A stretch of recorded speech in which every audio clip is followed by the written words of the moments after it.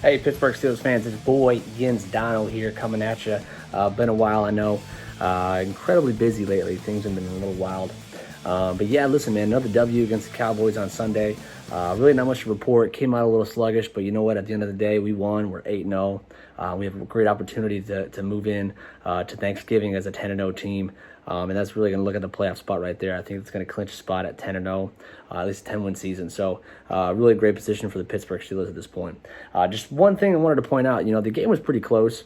I think defensively, there were definitely some holes along the way, but I think, we were able to get turnovers. That's a great recipe for success. That's a great recipe to win football games.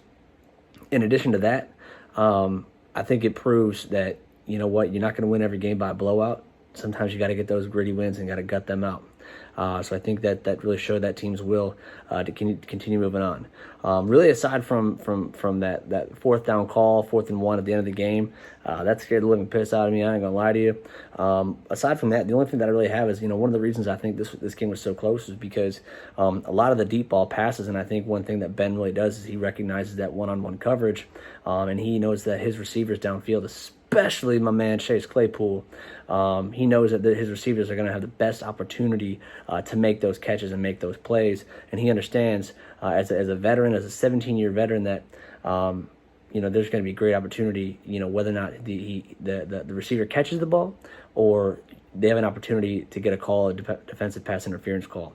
And I think that's one of the reasons why Chase Claypool was contained as he was, as if he could really put Dallas in a lot of positions to be able to get the ball back rather than we get the ball and take it downfield, put it in the red zone, and get some points on the board. So I think that was a huge factor into why that game was 24-19. Obviously, on top of the fact that Pittsburgh really did not come out with a lot of good, diverse offensive play calling, and sometimes the defense, they couldn't get the pressure on the quarterback like we usually do. Just wanted to point a few things out here. Really short video. Keep it coming. Here's a play where Dallas was flagged on the hit to Ben's face that caused the roughing the passer and ultimately extended the drive. Now, I just wanted to point out not the roughing the passer call, but when you look at the rule book, that is a textbook roughing the passer because it was hands to his face.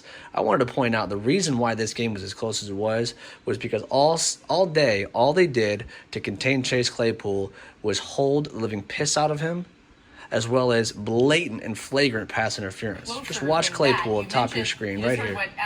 Look at him. Look at him. He's holding, grabs his arm. Look at this. Go back. Go back. Watch. Here we go. Kind of felt even close. Watch. Can I put this in slow motion? I can't. Watch Claypool. Watch him grab. Grabs his arm again. Pass interference. There was at least, and I mean at least, 3 to 4 of them against Claypool that I saw. Those are spot fouls. A lot of those spot fouls would have put them into the red zone or in a scoring position. That game would not have been as close as it was had it not been for the blatant and missed pass interference calls. And as soon as I make that video showing on NFL Live what had transpired, Dan Orlovsky started pointing out on the screen exactly what I just said. Forgive me, I muted it because I want to tell you my opinion before anybody else gets to talk. Right here. Beginning of the game, first drive. Watch. Deep ball. Boom, boom, boom. Tug, hands.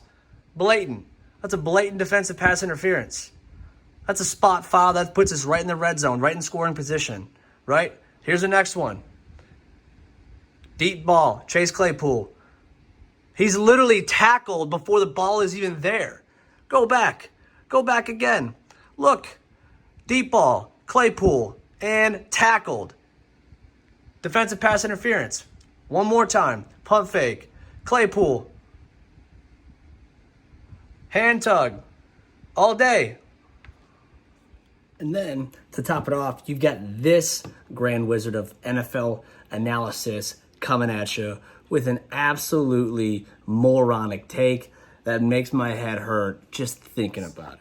I need the Game of Thrones. I need the Game of Thrones. Drinking wine, like a huge goblet of wine. Like a huge, Dan's like, not gonna understand the reference. like I'm a- like, what? Dragons aren't real. Those deep balls, like your justification was that they were PI. They were 10 yards overthrown, dude. Like, I mean, PI. yeah. Look. The reason why the ball is being overthrown, the reason why it's 10 yards ahead of Chase Claypool is because, number one, he's being tackled. Number two, he's being bear hugged, pulled, his arms being yanked back. That's why the ball is going to sail. The ball is naturally going to sail on a receiver if you are holding him back. It's all about timing. Football is all about timing. That's why they work on these plays in practice, right? When the receiver's making his cut and doing his route, running that route, the quarterback has timing. That's why he puts the ball where the receiver is supposed to be. If he's being held and tugged and tackled, guess what? Receiver is not going to be in the position where the ball is going to be thrown. Obviously, there are exceptions. But when it's a deep pass and you're holding him and you're tugging him back and you're yanking on his jersey, guess what? The timing's off because you slowed the receiver down through an illegal use of hands. Therefore, the ball is being overthrown. I mean, like, where do they find these people? I just can't even understand it. Oh, my God. You know what? Listen, man, at the end of the day, a win's a win. This isn't college. You got to stack W's. You got to get wins. That's how you get to the playoffs. That's how you make a run.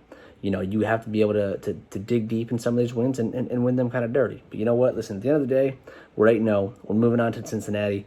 I think Cincinnati is not someone to be taken lightly. I think Joe Burrow is every bit that first-round pick, that first pick in the draft. I think that, oftentimes that first-round draft pick or that first pick in the draft ends up, not really playing that well. But I think Joe Burrow, and even Kyler Murray, but I think Joe Burrow especially, has really proved that he is an elite quarterback and he's going to be around for a while.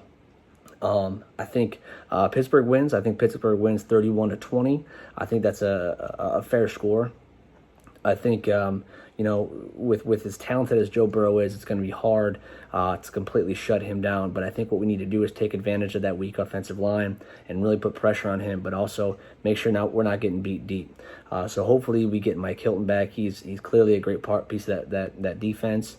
And I think it's blatantly clear that we sincerely miss the presence of Devin Bush because his speed and his ability to cover in the passing game as well is absolutely critical. And I think that's been probably one of the weakest parts of our game since he's been gone, right? So I think, moving forward, I think it's going to be a good test. I think that the Steelers will ultimately get that W. No matter what it is, all you got to do is get a win in this league. And I'm excited. I'm ready. We're 8-0 for the first time in franchise history. And we've got a great opportunity moving forward to clinch a playoff spot and even win this AFC North. So, hey, it's your boy, Jens Dono. I'm out. Like, subscribe, comment, say what you want. I know I'm a moron. It's all good.